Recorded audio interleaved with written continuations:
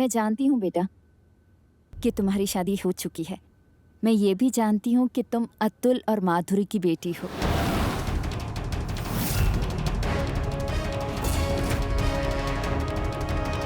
मुझे इसके अलावा और कुछ नहीं जानना। और हाँ, मुझे इन सब बातों का कोई फर्क नहीं पड़ता, बल्कि मैं तो आभारी हूँ ईश्वर की कि जिन्होंने तुम्हें जिंदा रखा, तुम्हें नया जीवन दिया, तुम्हें नई जिंदगी दी। वरना मुझे ऐसी प्यारी सी बहू कहाँ मिलती।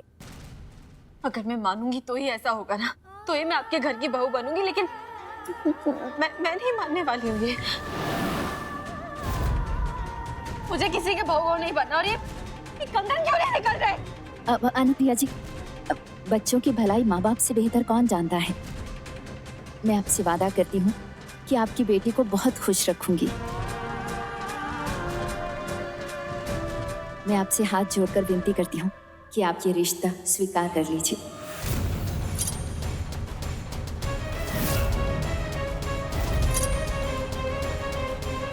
आओ साहिब, मैं जानती हूँ आपके दिल को धक्का लगा होगा कि मैं गोदावरी के बदले आपसे कल्याणी का हाथ मांग रही हूँ, लेकिन मैं जानती हूँ कि मेरा ये फैसला जरूर सही साबित होगा।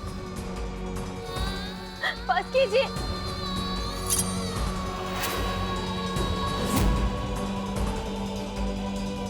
मैं अभी तक एक्सेप्ट नहीं कर पा रही हूँ कि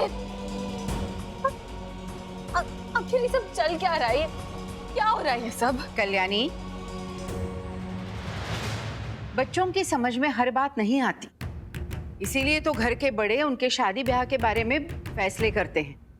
देखो बेटा, एक ना एक दिन तुम्हें भी शादी करके इस घर से जाना है। हाँ, हम जानते हैं कि तुम्हारी रिश्ते की बात इस तरह से नहीं होनी चाहिए, लेकिन हम दामिनी जी को बहुत सालों से जानते हैं, और अगर हमारी बड़ी पोती उनके घर बहू बनकर जाए तो हमें बहुत खुशी होगी।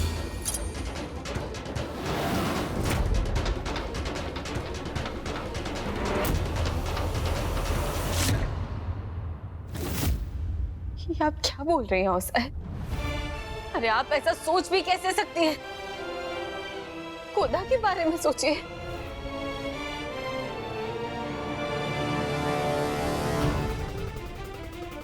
इस बेचारी को इस वक्त क्या बीत रही होगी।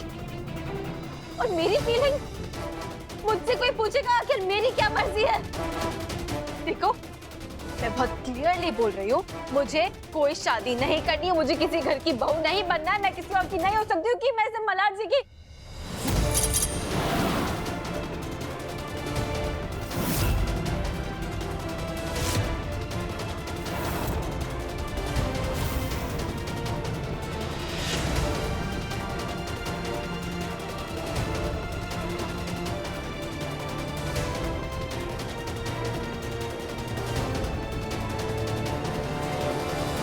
मुझे किसी और से शादी नहीं करनी है, that's it।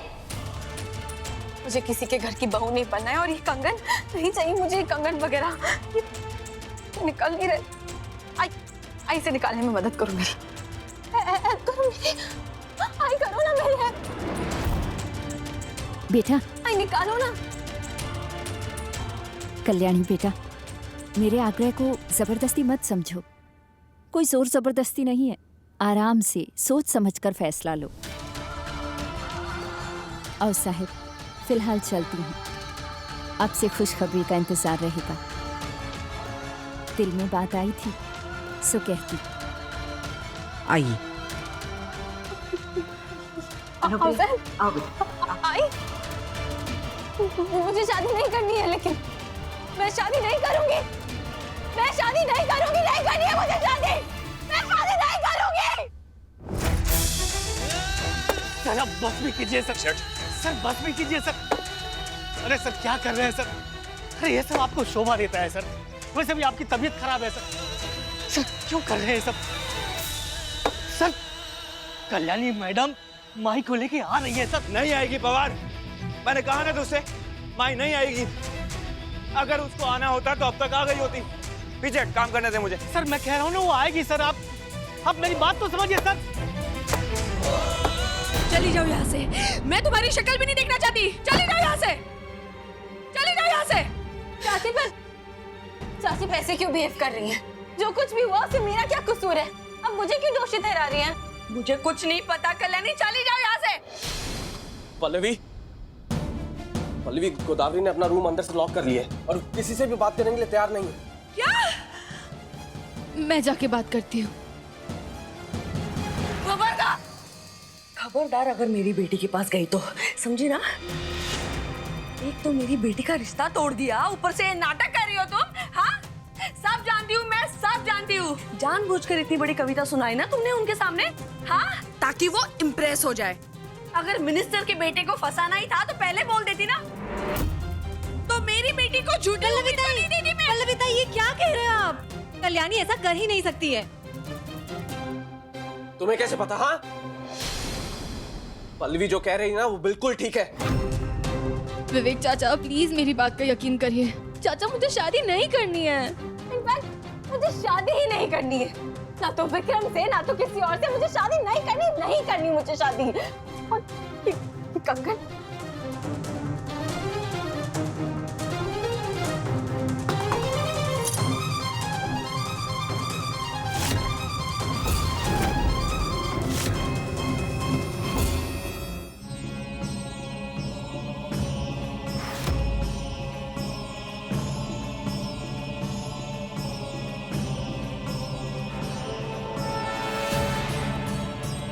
आओ साहब, आप इतने बेतुके रिश्ते के लिए मान कैसे सकती हैं? हाँ, एक बार भी आपने अपनी पोती के बारे में नहीं सोचा?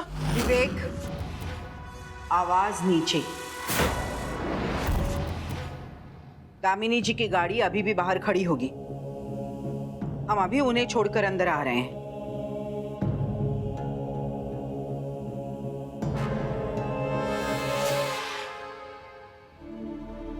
और आई तुम, इतना सब कुछ हो रहा है, तुम अभी भी अपना मुंह नहीं खोलोगी क्या? उसे कुछ भी कहने की जरूरत नहीं है, क्योंकि वो अच्छी तरह से जानती है कि हम अपनी किसी भी पोती पर अन्याय नहीं होने देंगे।